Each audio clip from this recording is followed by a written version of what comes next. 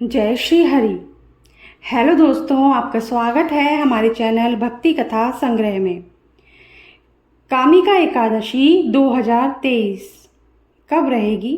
सावन की कामिका एकादशी पर व्रत करने और दान करने से पितरों को मोक्ष मिलता है और पापों से मुक्ति मिलती है। तो आज हम जानते हैं इस साल कामिका एकादशी का व्रत 2023 में कब रखा जाएगा, इसकी तिथि, शुभ मुहूर्त, महत्व और कथा के बारे में आज हम आपको बताएंगे। तो कामिका एकादशी की तारीख रहेगी और शुभ मुहूर्त रहेगा इस प्रकार है। इस साल सावन की कामिका एकादशी का व्रत 13 जुलाई 2023 गुरुवार को रहेगा। कृष्ण पक्ष की कामिका एकादशी तिथि 12 जुलाई 2023 को शाम 5:59 पर शुरू हो रही है और अगले दिन यानी 13 जुलाई 2023 गुरुवार को शाम 6:24 तक एकादशी रहेगी। व्रत पारण का समय रहेगा शुक्रवार 14 जुलाई 2023 को सुबह 5:32 के बाद। इस दिन सुबह 8:18 तक पारण के लिए शुभ मुहूर्त रहेगा। कामिका एकादशी महत्व। अर्जुन ने कहा, हे प्रभु, मैंने आषाढ़ माह के शुक्ल पक्ष की देवशयनी एकादशी का सविस्तार वर्णन सुना। अब आप मुझे श्रावण माह के कृष्ण पक्ष की एकादशी की कथा सुनाने की कृपा करें।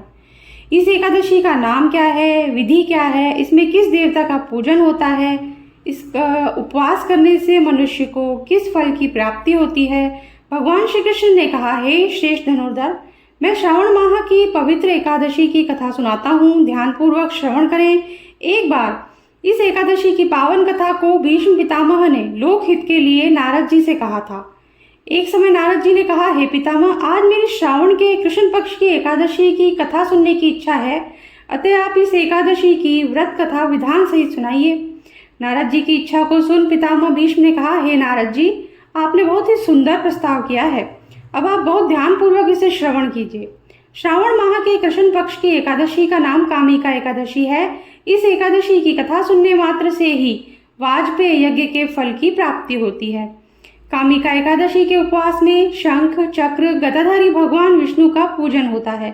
जो मनुष्य इस दिन एकादशी को धूप, दीप, नैवेद्य आदि से भगवान विष्णु की पूजा करते हैं, उन्हें गंगा स्नान से के फल से भी उत्तम फल की प्राप्ति होती है। सूर्य ग्रहण और चंद्र ग्रहण में केदार और कुरुक्षेत्र में स्नान करने से जिस पुण्य की प्राप्ति होती है, वह पुण्य कामिका एकादशी के दिन भगवान विष्णु की भक्ति पूर्वक पूजा करने से प्राप्त हो जाता है। भगवान विष्णु की श्रावण माह में भक्ति पूर्वक पूजा करने का फल समुद्र और वन सहित पृथ्वी दान करने के फल से भी ज्यादा होता है। व्यतिपात में गंडकी नदी में स्नान करने से जो फल प्राप्त होता है, वह फल भगवान की पूजा करने से मिल जाता है। संसार में भगवान की पूजा का फल सबसे ज्यादा है, अतः भक्ति पूर्वक भगवान की पूजा न बन सके तो श्रावण माह के कृष्ण पक्ष की कामिका एकादशी का उपवास करना चाहिए। आभूषणों से युक्त बछड़ा सहित गोदान करने से जो फल प्राप्त होता है, वह फल कामिका एकादशी के उपवास से मिल जाता है। जो उत्तम द्विज श्रावण माह के कृष्ण पक्ष की कामिका एकादशी का उपवास करते हैं और विष्णु भगवान का पूजन करते हैं, उनसे सभी देव, नाग, किन्नर, पितृ आदि की पूजा हो जाती है। इसीलिए पाप से डरने वाले व्यक्तियों को विधि विधान सहित इस उपवास को करना चाहिए। संसार सागर तथा पापों में फंसे हुए मनुष्यों को इनसे मुक्ति के लिए कामिका एकादशी का व्रत करना चाहिए। कामिका एकादशी के उपवास से भी पाप नष्ट हो जाते हैं। संसार में इससे अधिक पापों को नष्ट करने वाला कोई और उपाय नहीं है। हे नारद जी, स्वयं भगवान ने अपने मुख से कहा कि मनुष्यों को आध्यात्मिक विद्या से जो फल प्राप्त होता है, उससे अधिक फल कामिका एकादशी का व्रत करने से मिल जाता है। इस उपवास के करने से मनुष्य को न यमराज के दर्शन होते हैं और न ही नरक के कष्ट भोगने पड़ते हैं, वह स्वर्ग का अधिकारी बन जाता है। जो मनुष्य इस दिन तुलसी दल से भक्ति पूर्वक भगवान विष्णु का पूजन करते हैं, वे इस संसार सागर में रहते हुए भी इस प्रकार अलग रहते हैं जिस प्रकार कमल पुष्प जल में रहता हुआ भी जल से अलग रहता है। तुलसी दल से भगवान श्री हरि का पूजन करने का फल 1 बार स्वर्ण और 4 बार चांदी के दान के फल के बराबर है। भगवान विष्णु रत्न, मोती, मणि आदि आभूषणों की अपेक्षा तुलसी दल से अधिक प्रसन्न होते हैं। जो मनुष्य प्रभु का तुलसी दल से पूजन करते हैं उनके सभी पाप नष्ट हो जाते हैं। हे नारद जी, मैं भगवान के अति प्रिय श्री तुलसी जी को प्रणाम करता हूँ। तुलसी जी के दर्शन मात्र से मनुष्य के सभी पाप नष्ट हो जाते हैं और शरीर के स्पर्श मात्र से मनुष्य पवित्र हो जाता है। तुलसी जी के जल से स्नान कराने से मनुष्य की सभी यम यातनाएं नष्ट हो जाती हैं। जो मनुष्य तुलसी जी को भक्ति पूर्वक भगवान के श्री चरण कमलों में अर्पित करता है उसे मुक्ति मिलती है। इस कामिका एकादशी की रात्रि को जो मनुष्य जागरण करते हैं, दीपदान करते हैं, उनके पुण्यों को लिखने में चित्रगुप्त भी असमर्थ है। एकादशी के दिन जो मनुष्य भगवान के सामने दीपक जलाते हैं उनके पितर स्वर्गलोक में अमृत का पान करते हैं। भगवान के सामने जो मनुष्य घी या तिल के तेल का दीपक जलाते हैं उनको सूर्यलोक में भी सहस्त्रों दीपकों का प्रकाश मिलता है। कामिका एकादशी व्रत कथा। एक गांव में एक वीर क्षत्रिय रहता था। एक दिन किसी कारणवश उसकी ब्राह्मण से हाथापाई हो गई और ब्राह्मण की मृत्यु हो गई।